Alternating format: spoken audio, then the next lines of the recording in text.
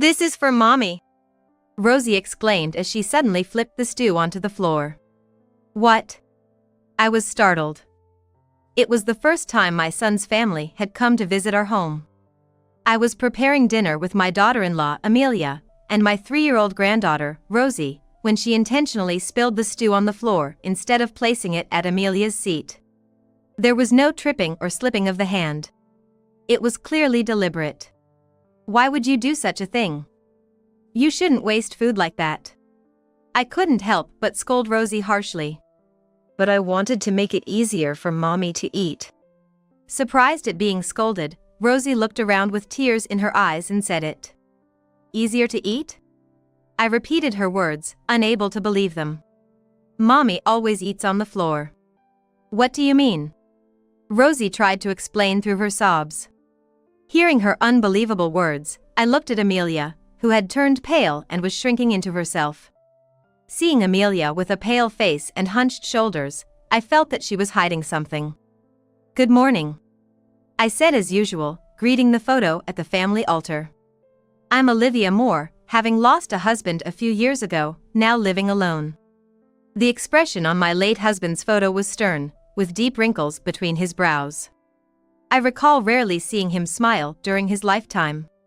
Our arranged marriage had been one of mutual consideration since we met. We barely spoke, each sticking to our own roles. The idea of a loving couple was a distant dream. We never went out together, even on weekends. I had no friends to call my own, and in those days, without the convenience of smartphones, I came to accept that this was what married life was like. Weekdays were for work, weekends, my husband would either stay in his room or go out, returning late at night. We sometimes wouldn't even speak at home, and the atmosphere was always chilly. Despite this, my in-laws kept pestering for a grandchild. Suspecting illness due to the lack of pregnancy news, they urged me to visit the hospital repeatedly. My husband, annoyed at being nagged, only shared the bedroom with me for one night. Fortunately, I got pregnant and resolved to raise the child with all my love. My husband remained indifferent, even as my belly grew, and mercilessly left all household chores to me, even when I was incapacitated by morning sickness and couldn't attend the birth. Exhausted, I once asked him for help, only to be briskly dismissed with "I'm busy." But when our son Elias was born, my husband changed as if he were a different person and became actively involved in parenting. Despite never having gone out with my husband before, when I suggested taking Elias shopping, he insisted on joining us. What kind of picture books should we read to Elias? I asked, unable to hide my joy and speaking more to my husband than usual. Maybe these clothes would look good on him, I suggested. However, contrary to my excitement, my husband remained stern and hardly responded. He shook his head at everything I chose, sighed, and sternly told me, "I'll decide everything, so don't bother." I always thought parenting should be a collaborative effort. Yet, my husband dismissed everything I tried or said, insisting that as a man, he knew things about raising a boy that I couldn't understand. He even moved Elias to another room during meals to help him focus. It seems he was meticulously disciplined in everything, from how to hold flatwares to the order of eating. It took half a year before my husband approved of Elias's eating manners and allowed him to eat with me. The first time I saw Elias eat, I was amazed at how neatly he did it. Elias never played with friends, focusing solely on his studies, and never complained. I always admired him. "Elias, you've worked hard. Why don't you take a break once in a while?" I would try to pamper him with cake as a snack when my husband wasn't around. But he would refuse, saying, "Sweet things aren't good for the body," without even glancing at me. In high school, Elias joined the baseball team to toughen his spirit and became a star player. Afterwards, he continued to work hard at everything with the mental strength he had cultivated, and he graduated as the valedictorian from a famous university known for its difficulty. Raised by a strict father, Elias grew up to be so graceful that people would stop and stare as he walked by. Several women even asked him out. I once saw Elias sighing to himself. "Elias, don't you have someone you're interested in?" Rather than romance, I find it more meaningful to spend my time improving myself, he replied, letting out a deeper sigh. Ultimately, Elias, always a lone wolf, never made friends or a romantic partner and became an object of admiration. After graduating, he landed a job at a prestigious publishing company that everyone envied. The job was demanding. Elias was constantly on business trips and rarely came home. He would wake up early every morning and return home really late at night. With such a lifestyle, he didn't have much of a chance to meet someone and seemed to be solely focused on his work. Even my husband would be asleep by the time Elias got home. Seeing Elias hungry, I secretly prepared snacks for him at night. A man's body is his capital, my husband used to say, allowing Elias only a simple, perfectly balanced diet. Of course, Elias didn't allow any snacks or late-night meals at all. But no matter how balanced the diet, Elias's constant work took a toll on him, and it was clear he wasn't getting enough nutrition. It'll definitely get him tired. Elias had been turning down late-night snacks, saying he wanted to sleep instead, but one day after several such exchanges, I told him, "The stew is ready." I said, "I want to sleep." He replied, cutting me off, but then his stomach growled loudly. "See, your stomach doesn't lie," I said gently as Elias blushed and looked down. "Can I really eat it?" "Of course. I made it for that reason." "Thank you," he said, his voice trembling slightly as he carefully brought the spoon to his mouth. Then, with the spoon still in his mouth, Elias froze. "What's wrong, Elias?" "It's delicious." It seems it was shockingly good for Elias. He devoured the steaming stew, even asking for seconds. After finishing 3 plates, Elias had a smile like I'd never seen before. "Ah, this is the best feeling. I didn't know such delicious food existed."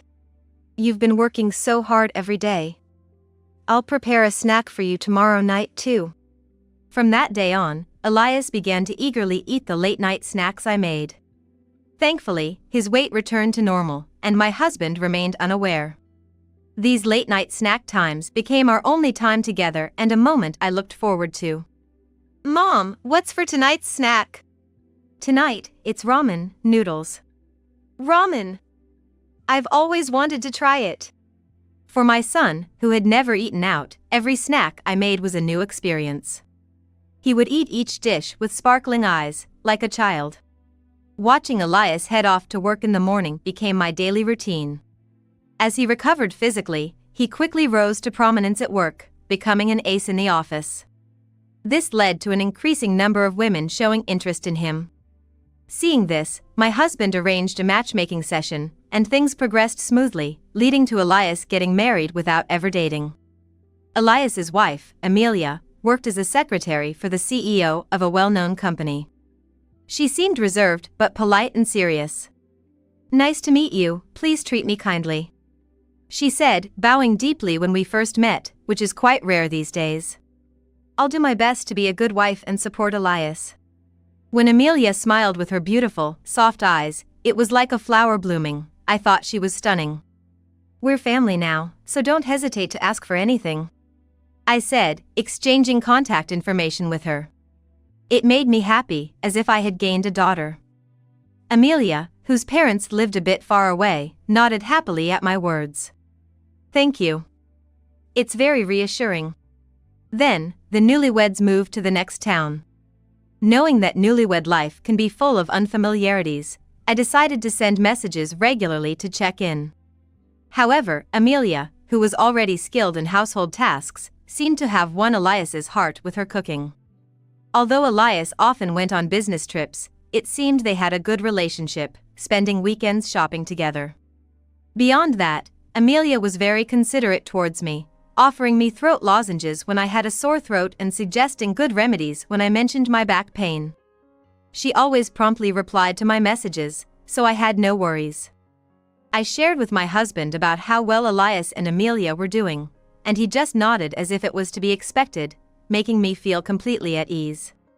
I'm so happy to see them doing well. For years into their marriage, they had a daughter named Rosie. I was overjoyed at the birth of my granddaughter, and even my husband seemed a bit softer. But life doesn't always bring continuous happiness. Before Rosie turned 2, my husband suddenly fell ill. He had been carrying stress without us knowing, leading to a life of seldom smiles. By the time he was hospitalized, it was too late. Cancer had spread throughout his body. He passed away, leaving me alone. After the funeral, the messages from Amelia gradually became scarce. When I offered to help with childcare, she politely refused, saying she didn't want to trouble me. It all started after my husband's funeral. Amelia's behavior became strange. She was curt in her replies about Rosie or daily life, and there were days with no response at all. She wouldn't answer my calls, leaving me worried every day. As I felt the distance between us growing, Rosie turned 3. I thought of celebrating her birthday at my house and sent a message. "Happy 3rd birthday to Rosie. Are you getting used to parenting now?" "Yes, thank you. It's been a while since we've seen each other. How about a dinner party at my place?" "No, don't bother," she responded coldly, making me sigh. "I've been lonely since I became alone. I'd love to celebrate my granddaughter's 3rd birthday." I messaged her. She replied curtly, "Then I'll come." I was puzzled by Amelia's firm attitude, but the joy of seeing my granddaughter quickly dispelled my concerns. Finally, the day of the dinner party arrived. "Amelia, it's been a while," I said with a smile to her somewhat tense expression. "Mother-in-law, it's been a while. Thank you for inviting us today," Amelia replied. I wondered if she was just nervous from the long absence as I let them into the house. "Come on, Rosie, say hello to your grandma," Amelia urged. Rosie, who had been shyly fidgeting behind Amelia, stepped forward and bowed politely. "Hello, Grandma," she said brightly, in stark contrast to Amelia's timid demeanor. "Hi there, Rosie. I made stew today, let's eat together." "Yay! I love stew." It was the first time I had seen Rosie since she was a baby. I had worried she might be shy, but her cheerful and lively demeanor lifted my spirits a bit. However, Amelia seemed unusually nervous, constantly looking around with a hunched back. Though she was always considerate of others, this behavior didn't seem like the Amelia I knew. I decided to give her space, thinking she might not want to talk about certain things. "Is Elias not here yet?" Amelia glanced around the house. "Oh, Elias will come directly from his business trip, so he'll be late." "Didn't you hear from him?" "Oh, that's right.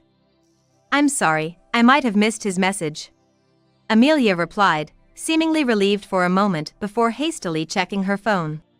"I'm sorry, I did get a message. I can't believe I missed it.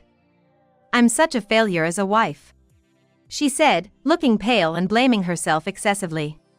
It was only a recent message, so there was no need for her to worry so much. But with Rosie present, I didn't want to press the issue. "It's okay, Amelia. You did nothing wrong. Sit down, I'll reheat the stew." "Sorry," she murmured in such a low voice that I had to ask her to repeat herself. "What did you say, Amelia?" "No, it's nothing," she replied, shrinking even more.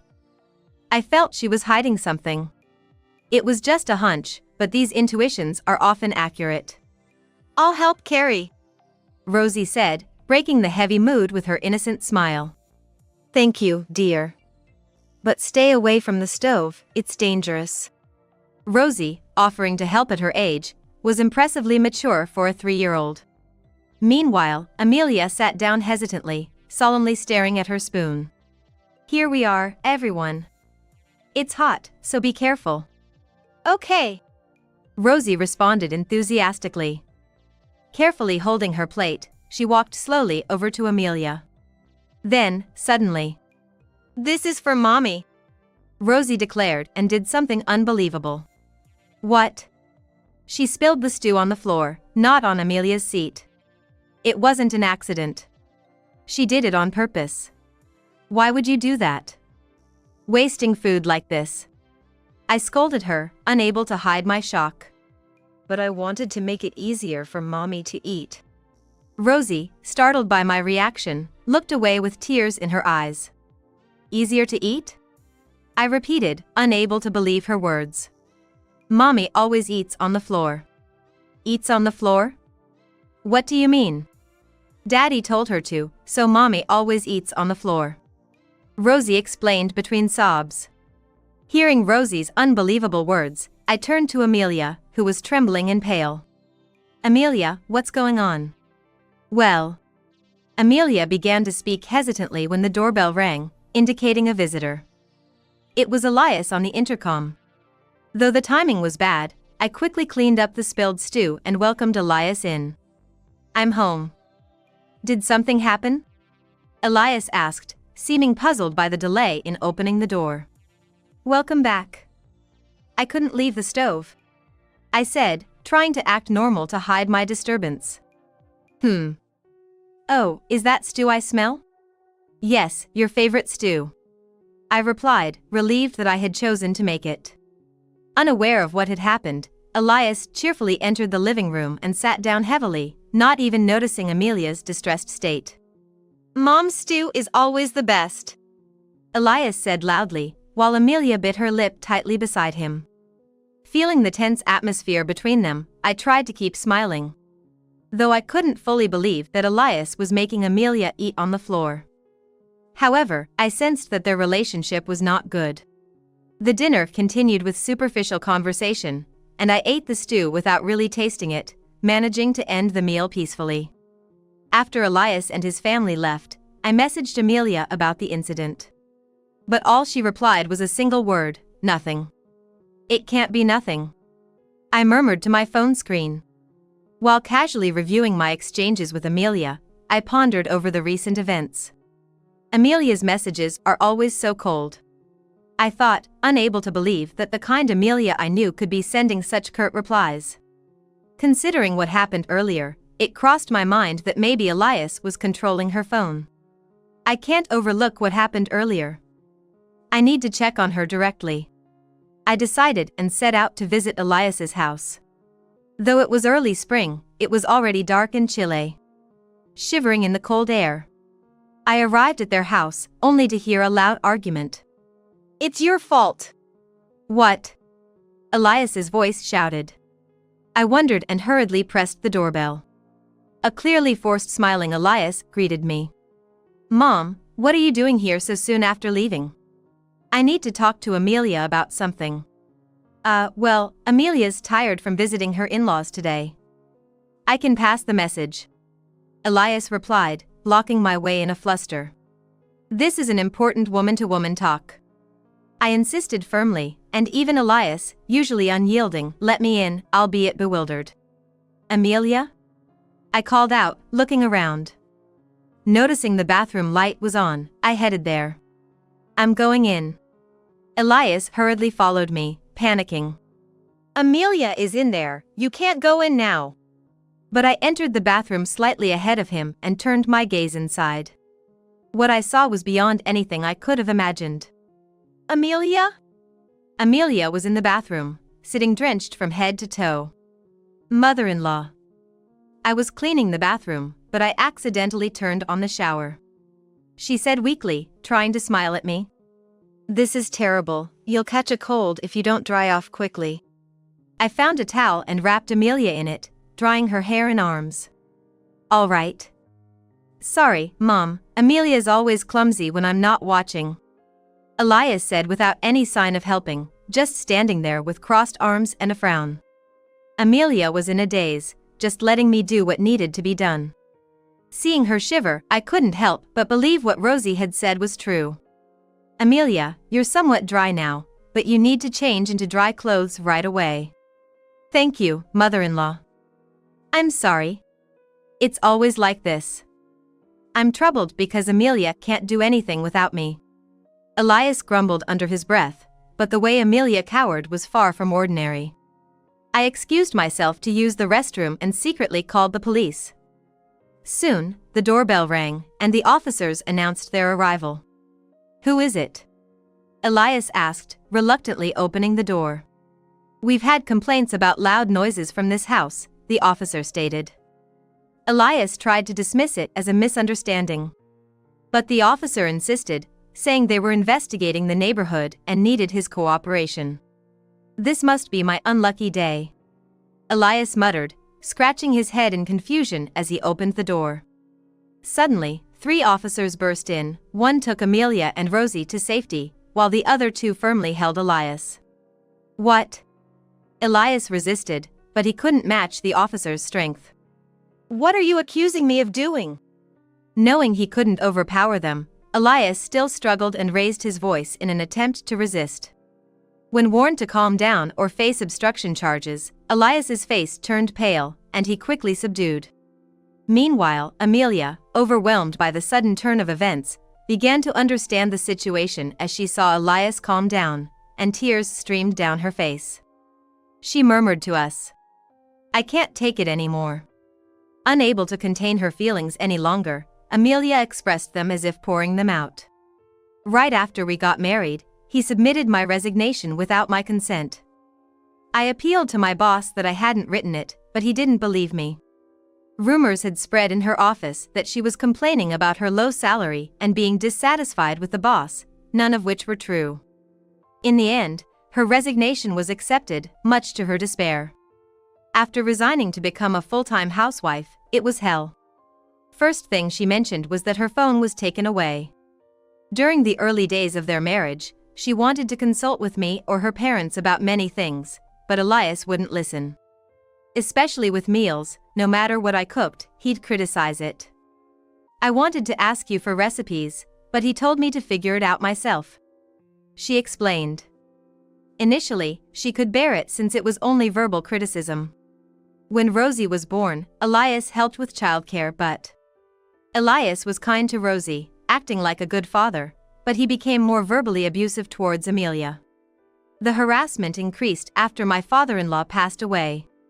It became normal for her to be yelled at, commanded to eat meals on the floor, and treated poorly by Elias.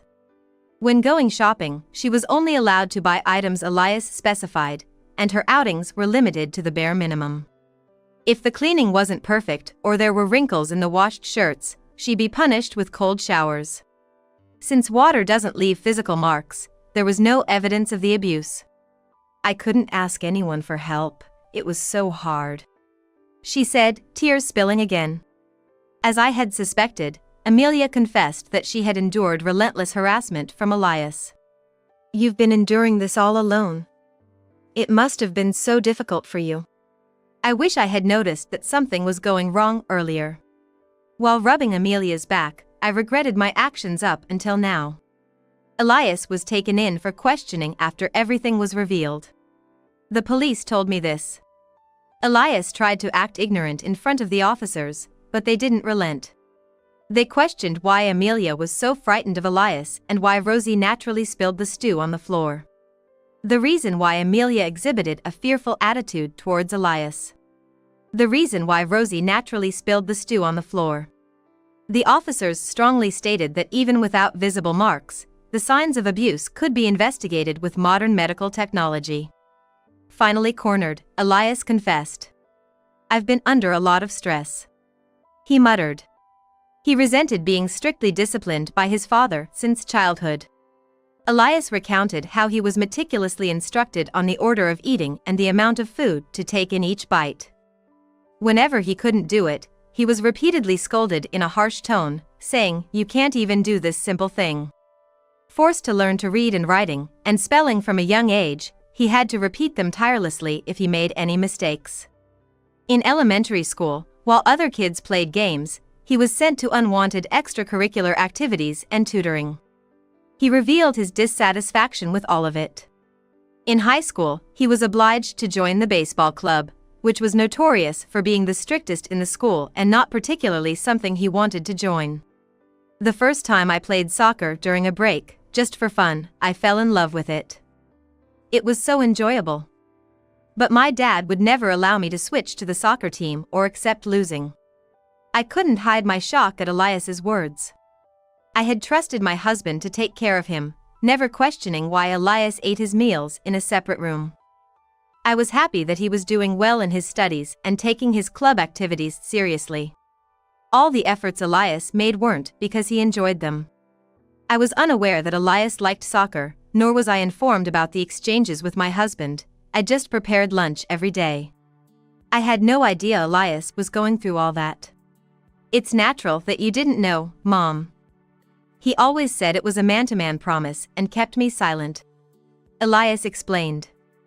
Despite being intensely trained mentally, he managed to maintain his composure to avoid alarming me. He never wanted to study that much.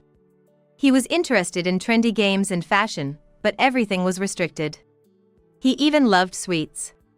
Forced into an arranged marriage, his frustrations only grew. It seems that the marriage was arranged without his consent, and he even began to feel like everything didn't matter anymore. Though I moved away from home after getting married, Elias said there was tremendous pressure as if being watched just because it was a person my father chose, and that he felt a release after my father passed away. I became obsessed with the idea that Amelia should also strive like me. Elias concluded. I thought I was raising him alongside my husband. Unaware of the pain he endured. The guilt and helplessness overwhelmed me. Despite their silence, it was my responsibility too. Amelia, it's not enough to just apologize, but I was wrong in how I raised him. I'm truly sorry. No. I'm sorry I couldn't heal Elias's heart. Moved by Amelia's ever-kind words, true to her nature, tears involuntarily spilled from my eyes. Amelia, you are not at fault. I'm truly sorry for everything up until now.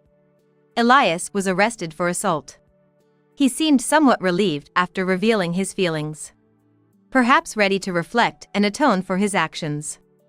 Amelia decided to divorce Elias and return to her parents' home with Rosie. Thank you for everything. I haven't done anything to deserve your thanks. I decided to provide financial support to Amelia and Rosie in place of Elias.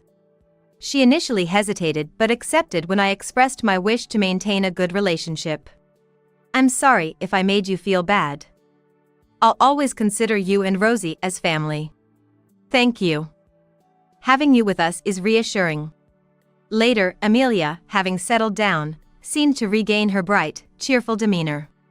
I regularly received photos of her and Rosie, a small reminder of the family bond we shared.